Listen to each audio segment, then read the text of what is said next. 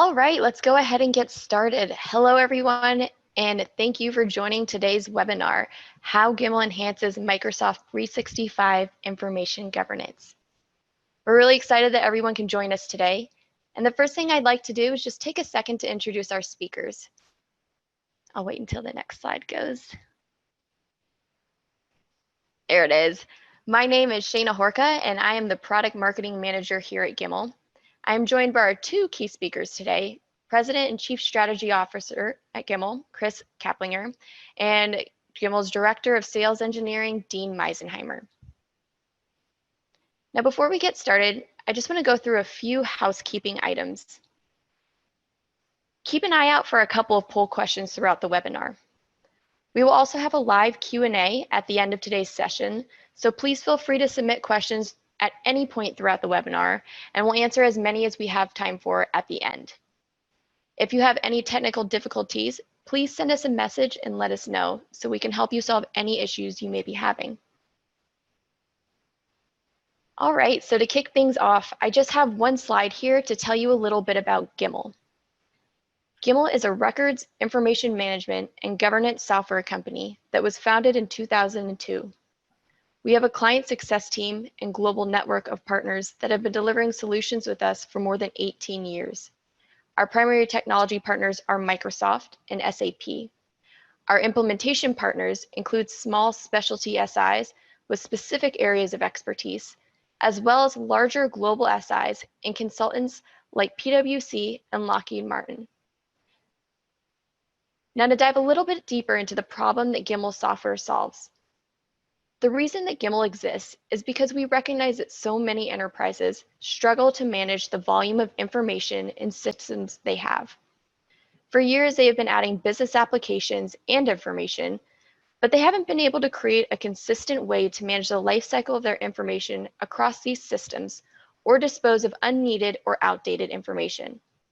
This makes doing business more difficult, less secure, and less compliant. Gimmal's family of software products work together to let you create an efficient digital workplace. Our comprehensive software products include records management, content governance for SharePoint, document management for SAP solutions, and Altitude, a file analysis solution. But without further ado, I'll go ahead and hand it over to Chris so he can go ahead and get started. Hey, thanks, Shayna. Appreciate it. Hope everybody's doing well today. Hello to many of you I probably know, so it's good to have you here today. And those I don't, thanks for joining along. So before we dive into Microsoft 365 and information governance inside of the platform, just want to take a second to talk about what is information governance and what it means to Gimmal and most of our customers. So we look at it as really this balance between the risk content has and the value that content provides. On the risk side is information exposure. These may be external hackers trying to get into your system and finding data. Could be disgruntled employees, somebody internal, just wanting to expose data from the inside. And maybe it's not even malicious, maybe it's accidental. Spoliation fines. These are fines when you have a discovery request to your organization and maybe content's already been removed for some reason. It's not there, but it was supposed to be there, and you may be subject to fines. Privacy fines, GDPR, CCPA, these have been in the news a lot the last couple of years. And if you're not following the right rules, you have potential to get fined. Another one here is e-discovery cost. When e-discovery has to be performed inside of an organization, there's a cost associated with it. And at this point, you really don't want to have information that's no longer valuable, because it's just creating more cost when it comes to doing the discovery and the review of all the information. So let's look over on the value side. So one of the big things is on value is your reputation. Maybe one of the most important things that there really is. One wrong move, and we've seen a lot in the last 5 years, and it can damage your reputation for quite a while. It could take years to actually repair that reputation. Operating efficiencies.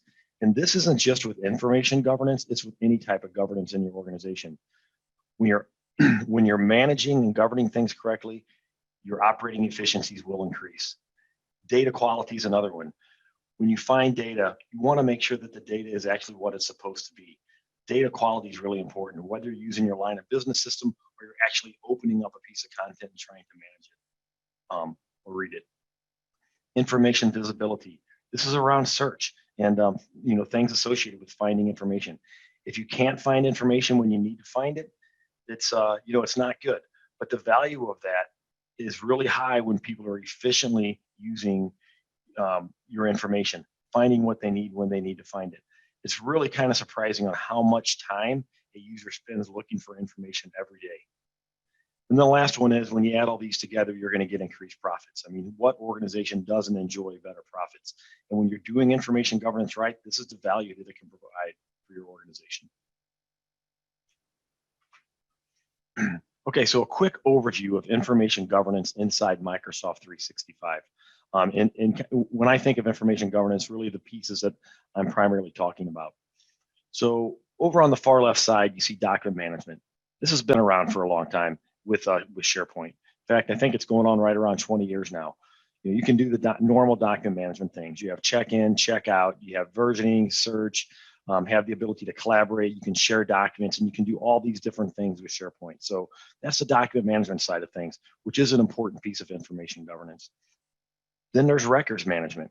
This is really the retention and the disposition of items. How long are you going to keep something? Are you going to destroy it at the right time? And when you destroy it, are you going to do it in a legally acceptable way? Next, archiving. Archiving in Office, I'm going to say Office 365 a lot here. I still haven't made that switch real well. Inside Microsoft 365, and we talk about archiving, Exchange is usually the first thing that comes to mind, Exchange with emails. And with that, a few years back, Microsoft came out with this idea of unlimited email and the unlimited email archive. What a great solution. You no longer had to worry about, are my users going to archive things? Am I going to be able to keep things long enough? The other thing that went along with that is those pesky PST files that were everywhere. You're using Microsoft Outlook. Every single user had PST files on their machine. They would go to back them up. They would move them places, just PST files all over your network. And those PST files contained all of these emails with potentially dangerous data inside of them. The other thing about archiving in Microsoft 365 that's really recent is this idea called data connectors.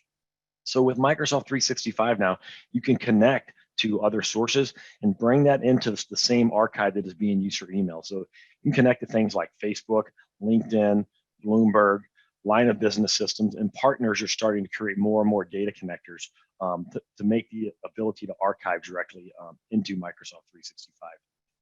Next, we have auto classification. I'm not going to dig too much into this because this is really something coming soon with a product called Cortex, but it's really about using AI to uncover the information inside of content. Some other areas we may think about is data loss prevention, Azure information protection, and more. So those are really the key pieces of information governance around Microsoft 365. And before we get into dig a little deeper and get into how we enhance that, we are going to jump in and do some poll questions. And I am going to turn that over to Shayna to ask those. Yeah, thanks, Chris. So you should see on your screen a little pop-up window where you can answer poll questions. Keep in mind, these are completely anonymous, so feel free to answer honestly. It just gives us a good idea of the audience we're talking to right now. So the first one is, which Microsoft license do you currently have? Maybe you have multiple, maybe you don't know. Just select as many as you know about. The second one is, where are your records stored today? And the third is, how is your organization using Microsoft 365 for your business records? So we'll give it a couple of minutes, wait for the results to come in.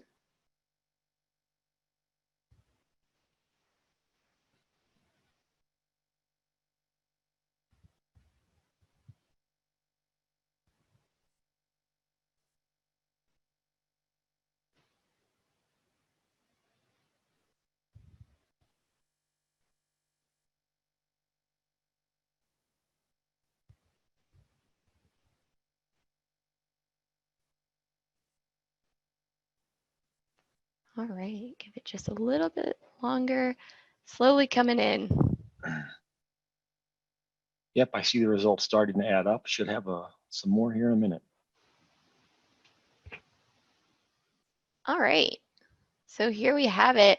Number one, which Microsoft license do you currently have? Majority of the people have G3 or E3.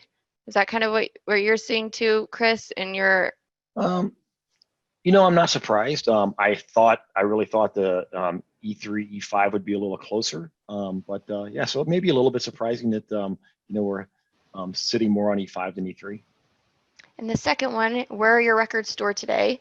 Majority of the people are using Microsoft 365, SharePoint Online, but a good number also in file shares. Yeah, that's not surprising. File shares is always somewhere where people are storing content. It's been something that's been going on for 30 years. The one that gets me here kind of surprises me that SharePoint servers just as much as SharePoint Online. Typically, seems like we're starting to see out in the world that SharePoint Online is tending to be a little heavier and a little bit more information in there. So maybe a few surprises there. And the last one, how is your organization using Microsoft 365 for your business records? Some are storing all in Microsoft 365. See a good number planning to move to Microsoft 365. Yeah, and maybe that's probably why we're seeing that number in there. Maybe I'm thinking of clients that we're working with and implementations that are still on that move. So that makes a lot of sense that that number is that high on the moving to. Awesome. Thank you. And we'll move Okay. on. Awesome. Great. That was good information to kind of understand where everybody's at as we move into the rest of this webinar. So try to get my control. There we go. Got my controls back here. Okay. So the first thing that I want to dive into on the information governance around Microsoft 365 is retention. And these are primarily the labels and policies associated with those. So just sort of a quick overview of retention labels is the way that they work is, first of all, an admin, records manager, somebody that has the right controls is going to create a label and they're going to publish these labels to locations. Next thing that's going to happen is end users are going to start applying these labels to documents, start classifying by doing that. If you have an E5 or G5 license, you can also use auto apply, which we'll cover a little bit later on here. But that ability to really do this in an automated way. And then once you do those two things, Microsoft 365 takes over and starts enforcing those retention rules on the documents according to the label that you applied out there. So let's dig in a little bit on these labels themselves. So this is the window that you're going to see when you're creating a new retention label in Microsoft 365. So the first thing you have to do up in the upper left there is flip them on, flip the little switch there so everything shows up and you're actually doing retention. And the first option here is whether you're going to retain the content or you're not going to retain the content. And the key to retaining content, why that's important is it guarantees that a secure copy of that content will be kept. Now, depending if you're using OneDrive or SharePoint or Exchange, that content may be kept somewhere different, but it will be secure. The user is still going to be able to modify it. The end user is still going to be able to delete it. For their purpose, it'll be gone. But for things like e-discovery, it's still there. The information will still be there and available to you as needed. So the next thing is what do you do after it's expired? So you're going to keep it for a period of time. Then what happens? You can delete the content automatically, do nothing, just leave the content alone, or in a records management scenario, we're usually doing disposition review. So what you do here, you just enter some names or groups inside the box there, and all of these people will be notified at the end of the retention that they have to do a disposition review. And that content will actually remain and stay in place until that disposition review is approved. Next thing, and maybe one of the most important is, what are you going to base the retention on? Are you going to base it on when it was created? You're going to base it on when it was last modified? You can base it on when it was labeled. So when that label actually got applied, whether it's automatically or manually, or maybe the most important thing here is an event. And this is a business event. So you can base it off of things that are happening in your line of business systems. Maybe it's an employee is no longer with the company, maybe a contract expired, a project's over, whatever it may be. One thing to know though, this isn't an automated thing where it just happens naturally. You're going to have to script or you're going to have to code this to make it happen. So there's a little bit of work involved with actually getting those events tied to your line of business applications. Lastly is the ability to classify content as a record. So although you may be retaining it, and we were saying that document can still or content can still be modified or deleted, if you check this, it classifies it as a record. it can no longer be modified. It's going to stay in place as is. The delete ability and the modification ability will be gone. However, the metadata can still be modified. So for instance, in SharePoint, those properties can still be modified. Okay, so you got your retention labels. What do you do next? You publish them. You can publish them to Exchange. You can publish them to SharePoint, OneDrive, or Office 365 groups. Something to know though, it may take up to 7 days for a retention label to actually get published. So just know when you create these things, even after you publish, it might be a while before they're there and available to the end user. And once you publish a label, that label can no longer be changed. It is as it is. It's not going to be able to be changed unless you undo that and back out the policy. Now the policy itself could be changed, meaning you could go in here and actually change who can see the labels. So that can be done at any time, but the label itself will no longer be able to be changed. Okay, so now let's jump into the auto apply. So we talked about those labels being available, and users have the ability to pick those and add them to content. But I've been doing records management for a while, and if we're depending on end users to do the classification, it's not going to work, because even if they're 80% accurate and they're doing 80% of their documents, which would actually be a lot, that's still 20% of your content that's not going to get a label on it, and that's really no good. So the way to do this and to do it right is to do an auto apply on the labels. Now, I just will say, to be able to do this, you're going to have an E5 license. I think I'd mentioned that earlier. So with E3, it's not going to be possible, or E3, G3, G5, E5, sort of the same thing. The first option here is we can use sensitive info to label content. Sensitive info is going to be things like PII, maybe it's HIPAA data or some other credit card data, sensitive data inside the content. Must say that this is different than a sensitivity label. Those are two different things. A sensitivity label is how Azure information protection works, where you're labeling something confidential or classified or standard or something like that. The next option here is to use something called KQL. KQL allows you to build queries or keywords of keywords and properties to actually build sort of the sentence that you're going to go look for to be able to auto apply the content. And the last one here is, it's still in preview, and I mentioned this earlier, it's core text. So when core text becomes available, generally available inside of Microsoft 365, you're going to be able to use a trainable classifier to use AI to be able to add this label directly to the content. That's going to be really cool when that comes out, and that's really going to make the idea of auto applying much, much easier. Auto apply, the thing to understand about this is you can only send it to 3 locations: Exchange emails, SharePoint sites, and OneDrive accounts. It's the only 3 places that the auto apply will work on. Okay, so now I'm going to throw up something else here that's going to be totally confusing, and it's this idea of retention policies.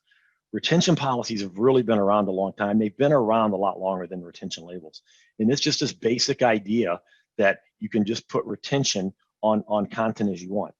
While they're similar labels, they're different. And since there is no labeling, it's really just searching for information and deciding what to do with this information. You can still do some of the things. You can retain it or not retain it, but it really never gets classified in that sense. However, what's great about this is there's more flexibility on locations. So on here, you can also see, besides SharePoint and Exchange and OneDrive, you can do Skype, Exchange public folders, and Microsoft Teams. So what a lot of our clients are doing now is they're using retention labels on Exchange and SharePoint and OneDrive, and then they're using retention policies inside Microsoft Teams to make sure that that information has a policy as well. Okay, so this webinar is about how Gimmal enhances these types of things. So what's Gimmal doing to make this even better?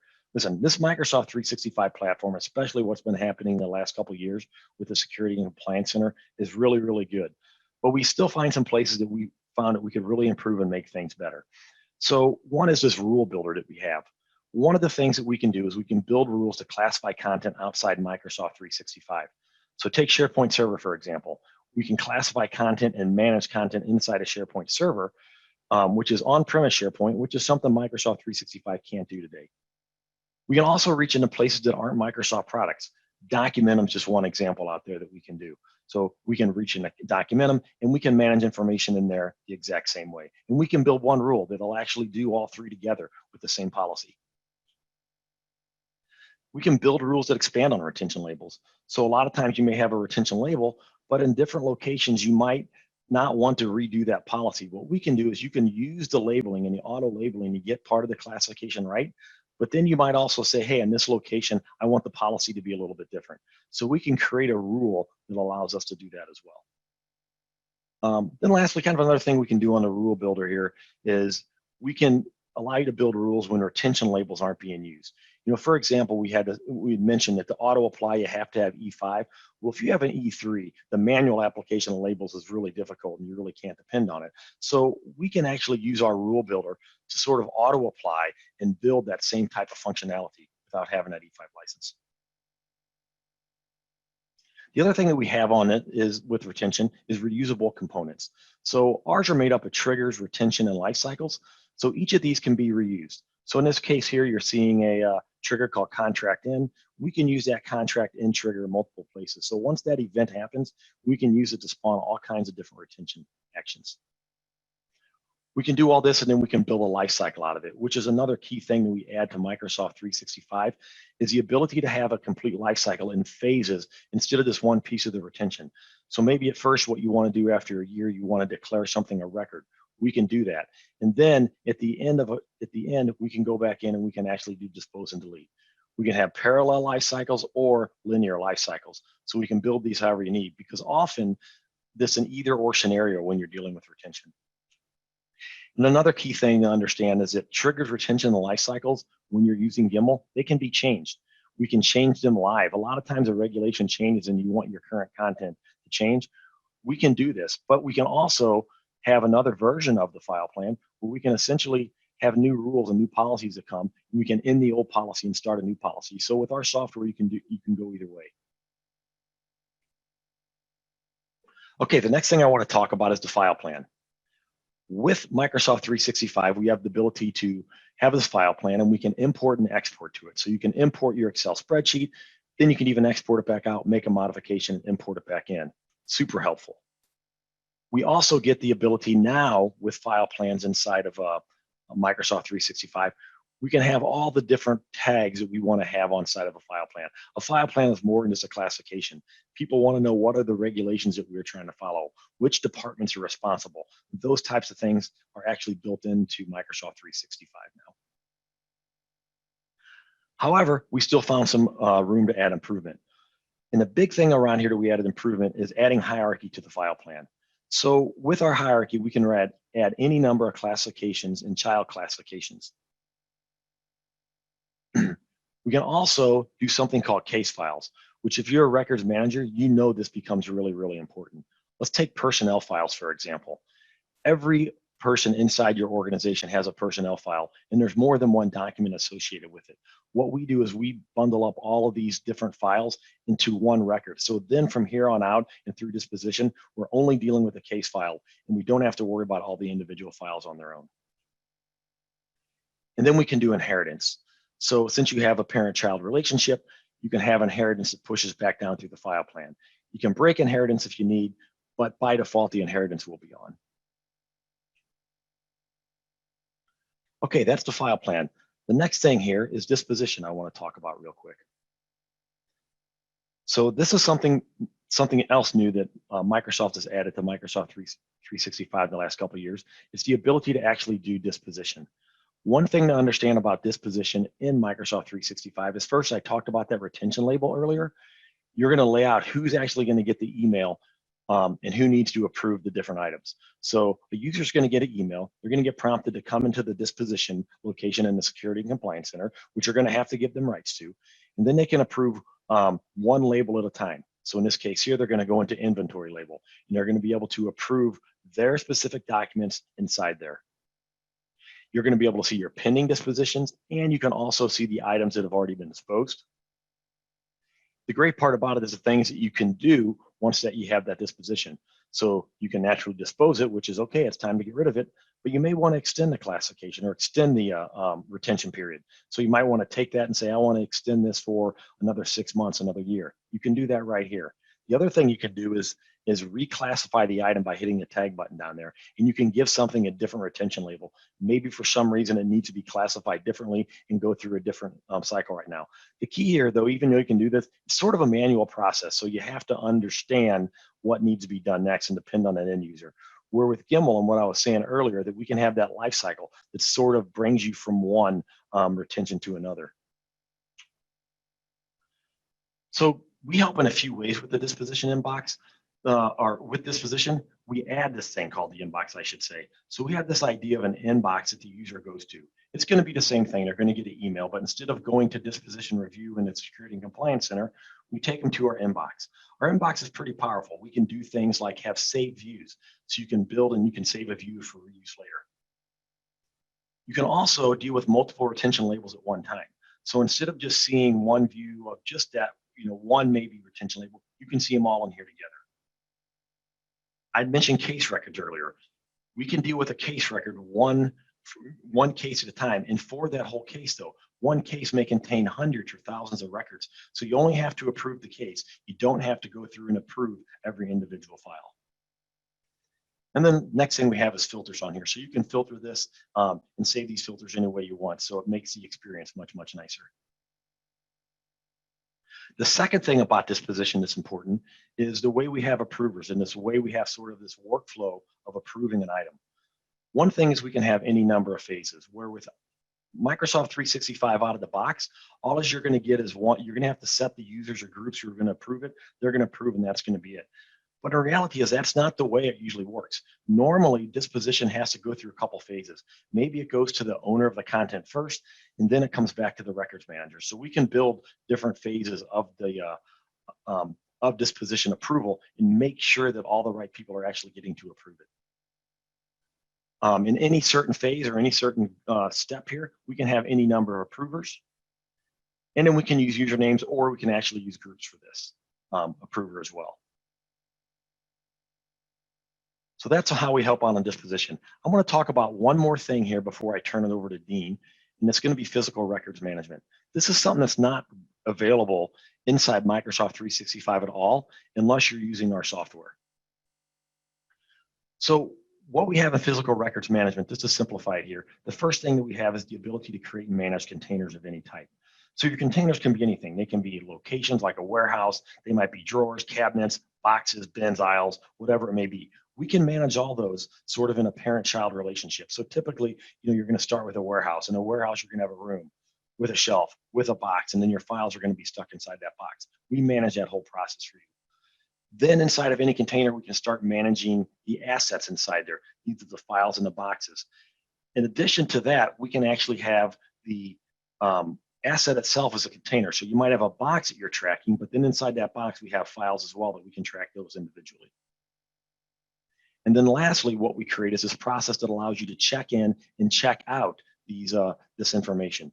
So which becomes really important because maybe this information is, there's only one copy of it and it's important to only have one copy. You're going to have to request that.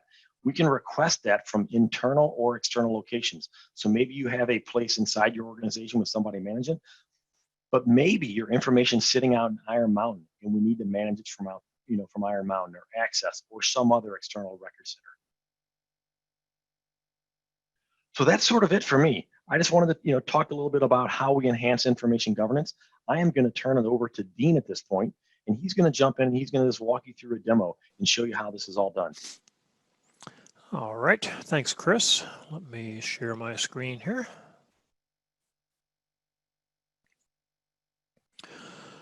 All right, you should all see 3 blue pie charts across the screen. And what I'm going to do, as Chris mentioned, is kind of walk you through some of the things that he talked about that help differentiate Gimmal Records Management and add value to the Microsoft 365 platform. So to start off, this is the main dashboard of Gimmal Records Management. And when you take a look at it, the 3 pie charts give me a quick glance of everything that's going on in my system. The left-hand pie chart just shows me the different locations that I'm actually managing records. So here I have SharePoint Online records being managed. And you can see I've got a number of records there. But I also have a SharePoint on-premise environment, right? I haven't necessarily migrated all my SharePoint online on-prem records into SharePoint Online, or maybe that system's tied to some business processes. I can't migrate it, right? So I need to keep it, keep that information there. So I need to manage my records there as well. I have physical records being managed, right? As Chris talked about, I have boxes sitting on shelves in warehouses or in file rooms, and we have those file servers that everybody has out there, right? Content sitting on file systems. Maybe we've done an acquisition, we brought in content, or we received information from an outside contractor, and it was brought in on, just on a file system. So I can see where I'm managing records, and then I can see how my records are being classified, and we'll talk more about classification in a moment, but as the records are brought in, they're automatically classified and then assigned to the right record classification in my file plan. And so this gives me a quick view of everything that's being managed, how my classification's working, and where items are being assigned. In the center of the screen, I get a quick kind of running scoreboard of here are the most recent records that have been added to the system. And I can see somebody added a physical record, a record was put into SharePoint on-premise. I've got some records in SharePoint Online that have been added. And for any record, at a glance, I can see, oh, here's the record, it's in SharePoint Online, here's when it was added, here's the record classification, and here's a link to where that record is actually located in SharePoint Online. If I want to see more details, I just click the ellipsis, and now I can see all of the details about the record, including its unique identifier, its URI, and the life cycle that this record has now been placed under. And you see from, as Chris talked about, happens to be a multi-phase life cycle with different phase ones to deal with the different types of records, and then a second phase to actually trigger the retention and ultimate disposition of the record. And at the bottom of the screen, if I need to see, I can quickly see a glance of all the record classes in my file plan. Here are all of the different, here are the number of records in each one of the record classes. Now, because I have all of these records being managed, I've got that kind of all-in-one view. If I go to my manage screen, I can simply see a list of all the records. This list can be filtered. I can again quickly see, file system records, physical records. If I go to the next page, I can see I've got records in SharePoint Online as well. And for any of these records, at a glance, I'll see if the record has been declared or locked in its respective location where it can no longer be edited. I'll see if a record's been added to a legal hold. So the user interface is designed to be very visual in nature. I can see what's going on. And if I'd prefer to view my records by the record class, I can simply drill into a view of my file plan, drill down now and find the specific record category I might want to look at. Again, as Chris talked about, it can be hierarchical in nature. So I can come in and say, well, let me see all my legal records. And now I want to look at my, my matter files, my litigation, and I want to expand that out, and I want to look at a specific case of records. So let me see all of the records related to this specific legal case. And when I click, it brings up a view and shows me, there happen to be 9 records, could be 90, could be 900, right? All of the records happen to be in SharePoint Online. They've all been declared, so they've been locked down in SharePoint Online. They're no longer editable. And again, if I want to see details on the record, I just click the ellipse, and now I can see all of the specifics about that record. So I've got good visibility into all of my records, either in a filtered view or associated to the respective location in my file plan. Now, we talked a little bit about the file plan. Let's go in and take a look at how you can structure that. Chris talked about labels and how Cortex will allow you to do things like automatically apply labels, or you can have labels set up and users can apply labels. Well, we can take advantage of that information to actually drive how records are classified, as well as how retention may be triggered on your records. So here we're going to come in and we're going to use the example of human resources. I have different record classes for all of my different types of human resources information. I've got one for my personnel files, both my medical files and my non-medical files, but I've also got a special record class set up for all of my confidential records. And the reason I do that is because I may have certain records I want to classify and treat differently if they contain PII information or personal medical information. And so if we were to come in and take a look at the details of the record class, I can see has a life cycle, has classification rules, we're creating destruction certificates, we're keeping an archive that the record existed after it's destroyed, and that archive is simply properties, not a copy of the binary. And we can see other information, and then I can also see the rules and how we're driving the classification of records. So we actually have two different rules set up. One, for Gimmal Altitude that does file analysis and classification of records across a variety of repositories. If Altitude labeled it as PII information, we can leverage that. For SharePoint specific information, well, if this record came in from any website or any site collection tagged as human resources, labeled as human resources, we can then look at the retention label that's been assigned, either via Cortex, automatically by the library, or applied by the user. It doesn't matter. But if it's been marked as a restricted record, now we're going to automatically assign it to HUM10 rather than our general personnel files, because it needs to be treated differently. It contains confidential information. And the same is then true for my life cycles. As Chris talked about, every record class has a life cycle associated to it. Well, the life cycles aren't tightly bound. The life cycles can be created and modeled independently of my record classes and then simply reused and assigned as I need them to. So here you can see I've got a variety of different life cycles. If we jump down, we're going to take a look at this finance records 10-year life cycle. And you can see some life cycles are a single phase, other life cycles have multiple phases. And if we go in and take a look and we edit this guy real quick, I can see this particular life cycle actually has two phases, two alternate phase ones. By default, all of my finance records are going to be kept for 10 years from the day they're declared as a record. From the date somebody locks it and says this is a record, we're going to keep it for 10 years. Then we're going to do a dispose and delete of that record. And by the way, dispose and delete will bypass the recycle bin. If we want to actually send it through the recycle bin, there's also a dispose and recycle option. But what happens if somebody assigns a label to that record that says company vital information? It's something that needs to be kept in perpetuity in case something were to happen to the organization. Well, if somebody adds a label called vital record, now we're going to use an alternate phase in the life cycle to say if it's been marked vital, we're going to wait 60 days in case that was done by mistake.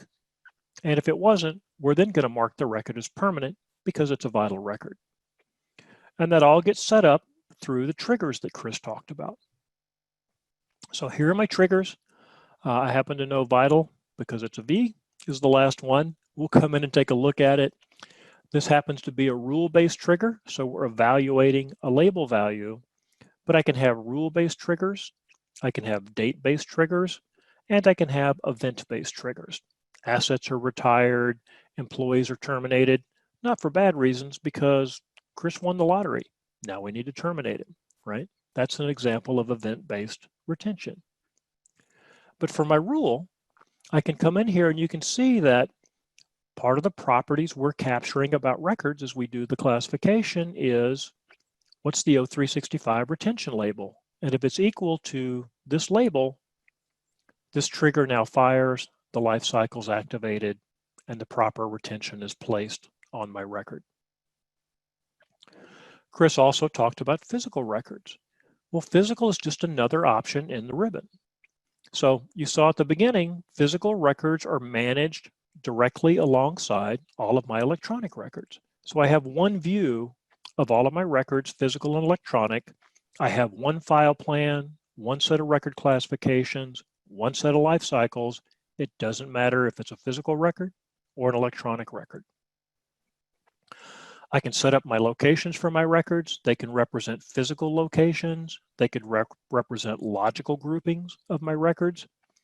But then as I drill in, again, I can drill down I can see the location of here's my warehouse, here's bin 1, here's the shelf in bin 1, and now let me actually view the assets, the physical records sitting on that shelf. Here are all my records. At a glance, I can see things like the name, the title, who owns it, is it charged in or charged out? And if I want to see more details, I simply right-click, I select Properties, and now I can see all of the information about this one physical record. Here's its name, here's a description, here's the subject, we know where it's at. It's a box full of paper, I happen to own it. It can be charged out, but it's not currently charged out, and it has a barcode of value assigned to it. I could also come in and request this record. One of the things unique about physical records is I can't just click to view it because it's a box on a shelf somewhere. But I can add it to a request, which is, think of it as a shopping cart for physical records. I can request a bunch of records. I can fill in a form. I can have those records shipped to me. And Gimmal Records Management will track that entire process so that once I've requested a record, I can come in here at any time and see all of the physical records that are currently charged out to me. And I can also come in and see any requests that I have outstanding, as well as any requests that have already been processed. And then lastly, once we have all these records being managed, we get to, at a point in time, disposition. And this is what Chris was talking about. We have an inbox that shows me all of my records that are eligible for disposition, records from multiple locations. I see case-based records right alongside individual records. I can see the record class that they came from. And on the right, I have a set of filters. And the filters are automatically created based on what's in my inbox. So if I only wanted to view my records from 2020, I click on the filter, my inbox gets filtered out. If I want to look at one of my case files, well, it clearly tells me this is a case file. It's related to my legal matters. If I click the ellipse, I now see there happen to be 4 records in this case.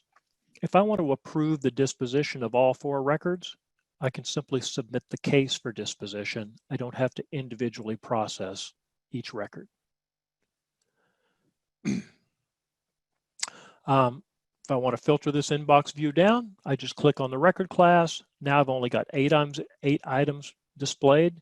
If I wanted to disposition all 8 items, I could click the checkbox, have it select all, or I could do a multi-select and approve multiple records for disposition at once. And then for any of these, I can come in and see, oh, well, I've got SharePoint Online, SharePoint, and physical records. If I want to see the details about what's going to happen, I click the action details. It tells me, oh, this is under a retention that's immediate. Here's when it expired. And when you approve it, it's going to be disposed of. If we want to see the approval cycle, we just click the pull down, select approvals, and we can see that this particular record class has a 2-stage approval associated to it. It's already had its first approval yesterday. So now when the second approval happens, the record will be sent off for disposition.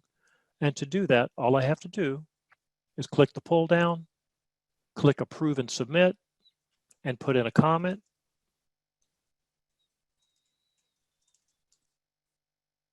And that comment will be captured in the record audit trail for long-term archive. I confirm that, and you notice the record disappeared. My inbox was decremented, and Gimmal Records Management now sends a request out to the respective repository to actually destroy that record where it's at rest in SharePoint Online or any other location. And for my physical records, same process.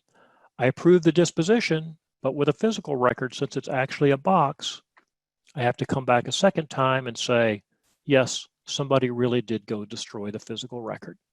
So same process, not treated any differently, physical versus electronic.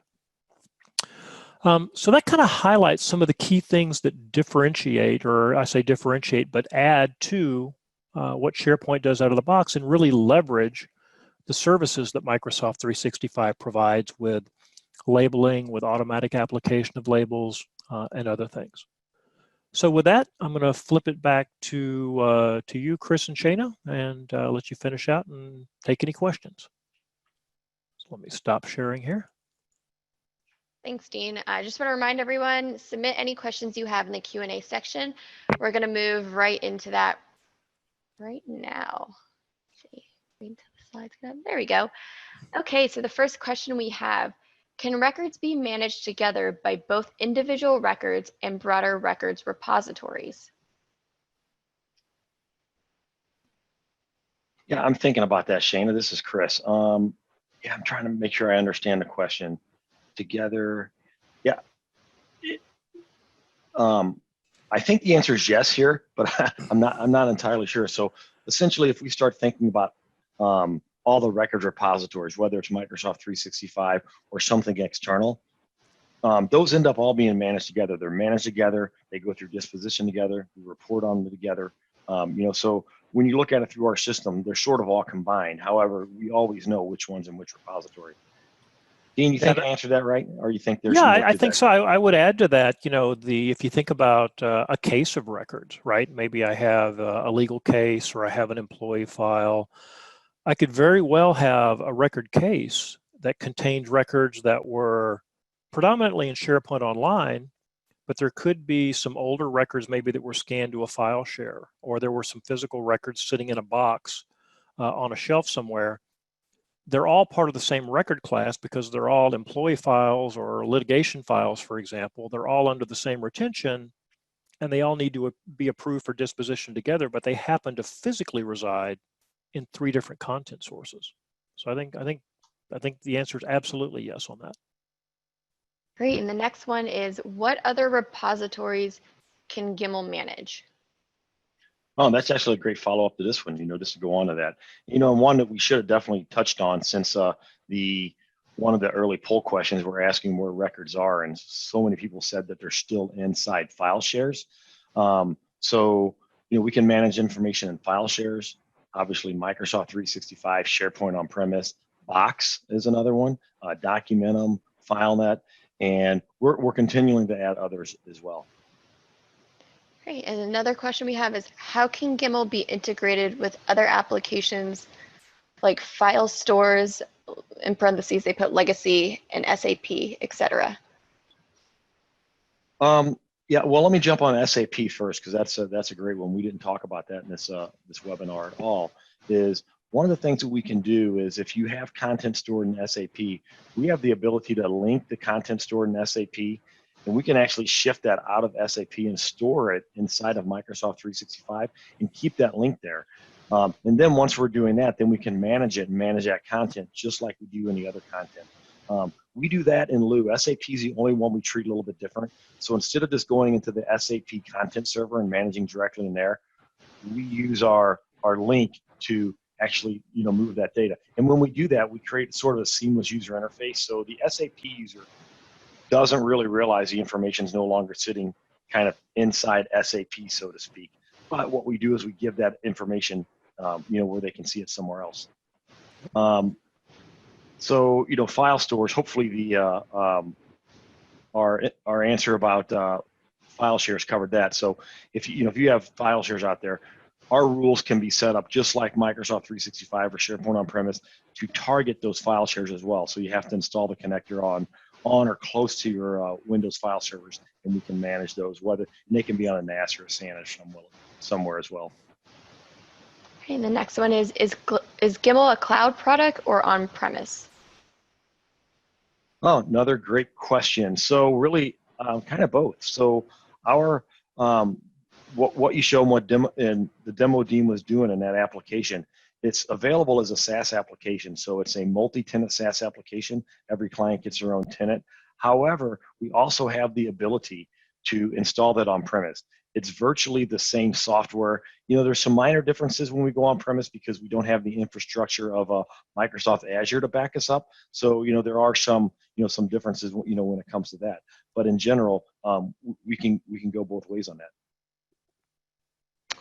The next one is Gimmal approved for, I know I'm going to say this acronym wrong, JITC? Yep. certification? GITC. Yep. Okay. If not, is there any initiative to get certified for DoD requirements? Yeah, well, yeah, there's a lot to that question, but luckily we do have an answer for it. So right now, today, we're certified with the GITC for DoD, but it's only for SharePoint Server. And the reason is because the certification itself, which is a DoD 5015.2, has some very specific things in it that make it very difficult to do in a cloud scenario. Things like a forensic destruction and stuff like that. So it's a little bit tricky to meet it right now with the cloud. However, our understanding is that there's a new certification coming out. What I hear is around December. And when that certification comes out, we're actually trying to get our hands on it early, but we haven't had a lot of luck. But what we want to do is take the product that you saw today, the cloud product, and certify that with it. But we haven't seen it yet, so we can't, we don't know for sure what's possible, but we're crossing our fingers, and that's our hope. Yeah, I would add to that, Chris, Gimmal is very familiar with the DoD specification and kind of going through the JITC certification. We've done it, I believe, on three or four separate occasions. We've taken our records management products through JITC certification and been DoD certified. So. And the next one is, does Gimmal work with other cloud repositories besides Azure, like AWS and etc.? Yeah, well, so yeah, I think with that is our SaaS runs inside of Azure. So we built our SaaS product on type of Azure. When you go on premise, Azure is not required at all. It's going to run with your, inside your local data center with your local resources. As far as AWS is concerned, though, our product can run inside of AWS, but it just uses their virtual machine. So if you have AWS instead of Azure, absolutely, you can install our software there and it'll work fine. Great, and this one says, Microsoft claims they can meet our record-keeping requirements. Do you have any documentation that can explain in detail how your product delivers more than Microsoft? Yeah, absolutely. We actually have a matrix that talks through it deeply. And one of the things we've been working really close with Microsoft. We're Microsoft. We're in their content services. We're a preferred partner of theirs in the content services group, and so we work close with them. One of the things is a lot about education, and the way we sort of look at it is if we move from implementations from very simple implementations to complex, that's where things change. I mean, we talked about the retention, and let's be realistic. If your retention needs are super simple, I have all of my information in SharePoint or something easy. It just needs basic retention. I need basic disposition. It will work, and you probably don't need our records management product. So there's that. But as you start moving along, there starts to become a lot of reasons why we don't just make it easier. You almost have to use this physical records management, content outside of a Microsoft 365, for example. Some of the demos that we showed today, talked about the life cycle process. Is most content needs more than one phase, or it may have to meet more than one policy. So, but we do have a complete matrix. That it's probably available from our website. Maybe Shani, you can dig into that a little bit more. Yeah, absolutely. But, yeah, it goes into the whole thing, and and there are a whole lot of reasons that you have to use Gimmal. So the next one we have is, does your product manage metadata to meet M1921 for transfer to the National Archives? Short answer is yes. We also have information. I was trying to think, like, how do I answer that exactly? Yeah. Yeah, we have a number of federal clients, and we're we actually have a team based in the DC area, and they're very familiar with M1921. We've actually got, I know, one recorded webinar on our website around the topic, and I think we'll be doing another one in the near future. So. Great, and the last one, and I don't know if you already answered this one, Dean, but how do you manage records as cases? Yeah, so we, records can be collected into cases. As we crawl the repositories, we capture properties about the records. Where is it? What repository is it in? What type of record is it? Does it have labels associated to it? What are all the, does it have content types, metadata? That all becomes information that could be used to organize things into case files. So it could be as simple as, the name, if it's in a folder named Shana's files, I don't care if it's in the file share or in SharePoint or in SharePoint Online. If it's in a folder with that name, it goes into a case for Shana's, Shana's employee files. So, there are rules that can be set up to automatically generate the cases. You can manually create the cases if you want to. They could be created programmatically. And then, as we talked about earlier, records from multiple repositories can populate a case because it's just simply being done based on the properties. Great, we had another one come up, and before I ask this one, I'll actually go ahead and post that matrix that Chris was talking about in the chat windows, so you guys can have that handy. But the next one is, we are guilty of over-retention. Does Gimmal have a service that can assist with physical records cleanup with the intention of servicing disposition requirements? Yeah, I mean, it's a great question. So just to kind of address the first of it, don't feel bad. Everybody's guilty of over-retention. So that is not an uncommon thing, because, you're working on fear, because over-retention typically isn't near as big of a risk as under-retention. So, I'll just kind of say that to begin with. As far as Gimmal having a service that can assist with physical record cleanup, not really, but if you want to contact us, we do have partners that are very good at this, and we'd be happy to put you in touch with them. Okay, so it doesn't look like any more are flying in at the last minute. With that, I'll go ahead and conclude today's webinar. If anyone has any further questions, you can see all of our email addresses right there up on the screen. Feel free to send any one of us an email, or you can contact us through our website or at info@gimmal.com.